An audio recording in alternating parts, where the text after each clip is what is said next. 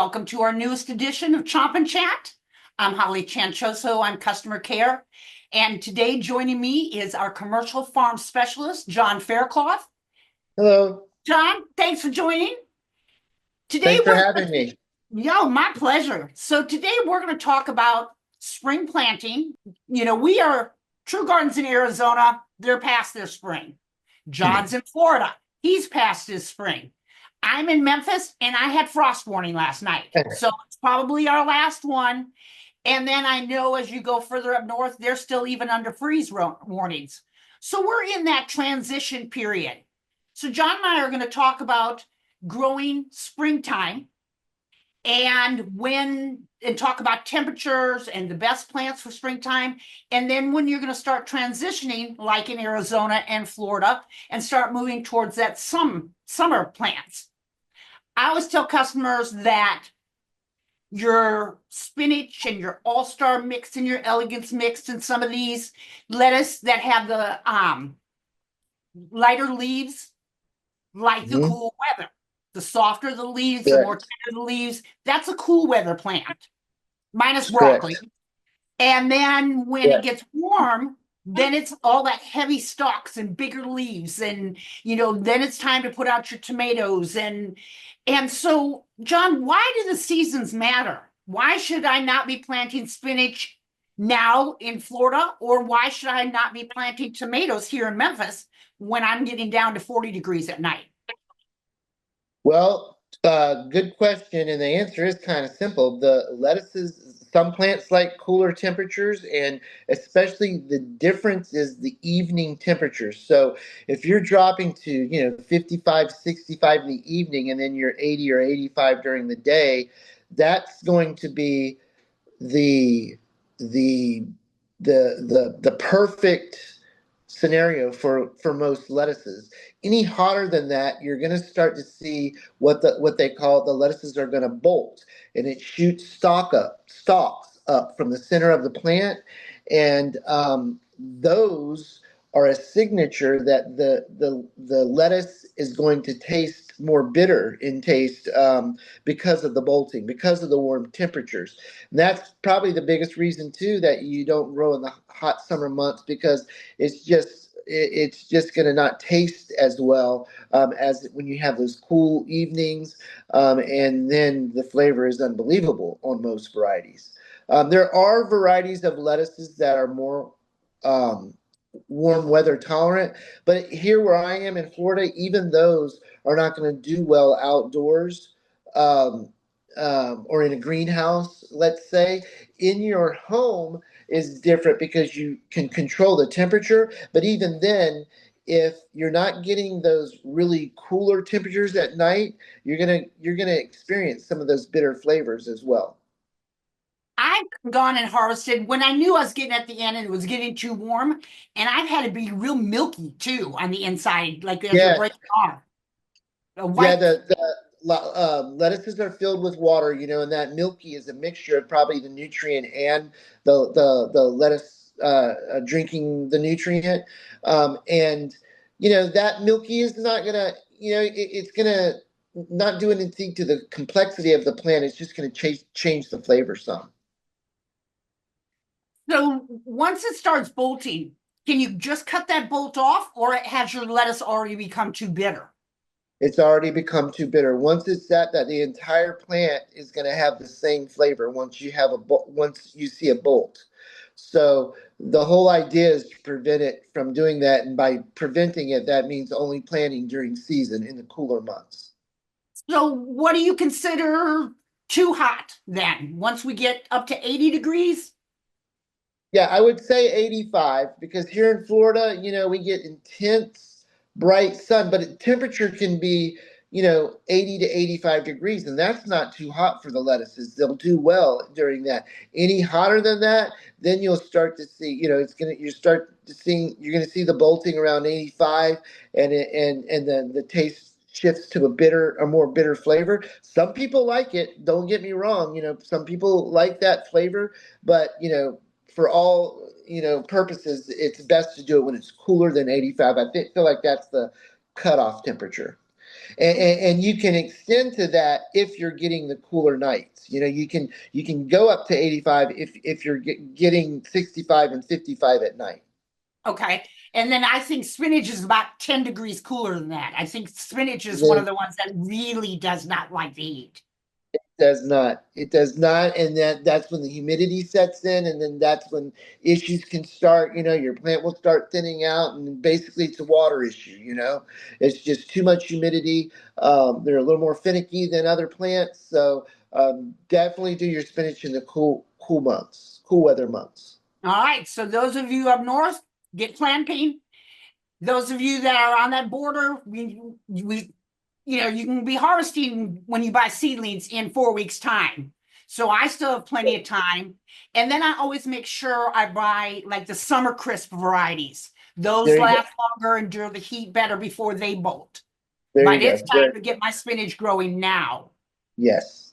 All Yes. right. So we are talking about how you're starting to transition into those summer months now. Yeah, And because my temperatures are plus 85. I mean, we're actually in a little bit of a cool front today, but we don't have the cool weather evenings. It's still, above 65 in the evening, mostly 70s, and so now it's time to grow hardier greens, your cucumbers, tomatoes, things like arugula, kales. You still have your green onions. I love those on my tower. All those are summer lovers, and they do great in the warmer temperatures. so what is too cool for tomatoes or cucumbers? Well, We need to be like at 70 degrees at night, right? right. Yeah, that's the ideal temperature. Even if it dropped below that, but you're still getting the warmer temperatures during the day. If you have a large gap, if it does get 55 at night, but you're still seeing 85, 90 during the day, your tomatoes are going to be all right. It kind of gives them a little rest in the evening, but they're getting enough photosynthesis to produce the blooms, to pollinate, or if that's the variety, and to produce tomatoes for you.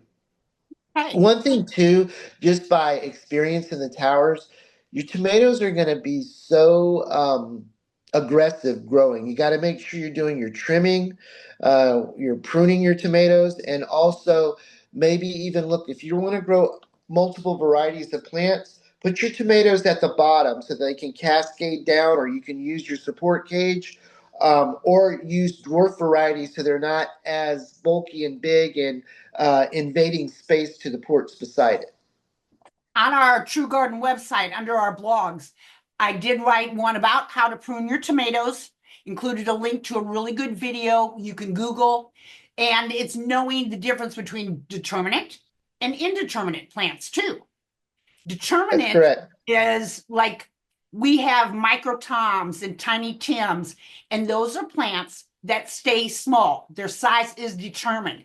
Gardeners also know them as patio tomatoes. Those are great ones to grow that don't take over and go nuts, and they are the perfect variety for indoor growing because it stays nice and compact, and you don't have to prune those. Now, these indeterminate ones, like the big beef tomatoes and new girls, those get big plants, and pruning is essential. I did not know anything about.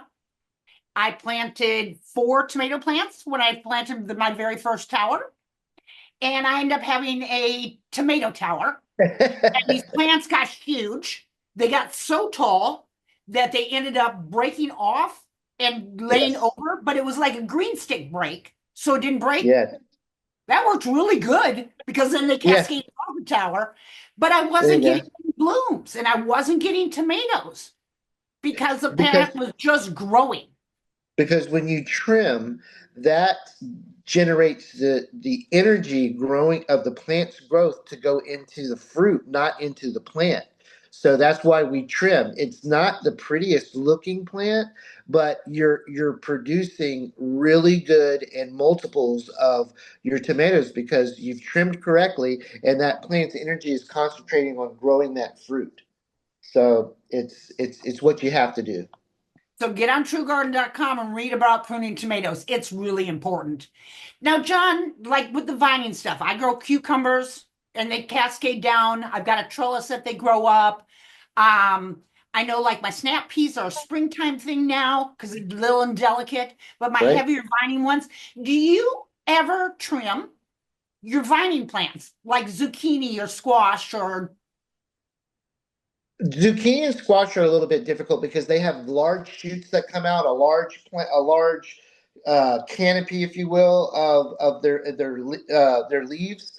So, and you can trim them. What you want to look for is closer to the port. All the older leaves start to bend, crack, uh, get broken, and not look really nice. So trim all that back because those can also be triggers for disease as well. If it's not sitting upright, if water's not able to drain off of it well. So, especially near the port on cucumbers, for example, you get a grayish haze over the leaf cover. Snap all those leaves off, trim them or pinch them, whatever you like to do, and keep it clean. And that's going to keep a healthier tower. And then, as far as other varieties. I don't. I'm a fan of pruning. I just think it's something you have to do, and it keeps the tower looking tighter and cleaner. an And I airflow? think in That most helps with the cases, airflow. yeah, it helps the airflow, which is generating energy, is giving the plant a healthier atmosphere. All right. So we're ready for spring. John's ready for summer, where everybody's ready to get growing. So, like I said, take advantage of the blogs we put up on truegarden.com. Take advantage of our April special. Order 24 or more seedlings, and you will automatically receive $10 off your order. So, and we ship second day, so they'll be there quickly. Can you think of anything else we need to think about, John, when growing spring, Um, summer? just uh, keep in mind you have a if you're growing in a flex and you're growing outside and it's the summer months and you're used to growing inside or even during the winter where your plants aren't drinking as much, keep up with that watering schedule. Make sure that you're checking your reservoir and not letting not letting it get too low. You're going to probably putting. They say even in the summer on mature plants, it's about a gallon per day per tower. Here in Florida, it's probably a little bit more than that. So, I have a day of the week that I fill my towers, even if it's not empty. So that way I stay on top of it. All right. And keeping the roots out of the water helps by pulling those roots Definitely. out so it's not You're, drinking up you're gonna excess.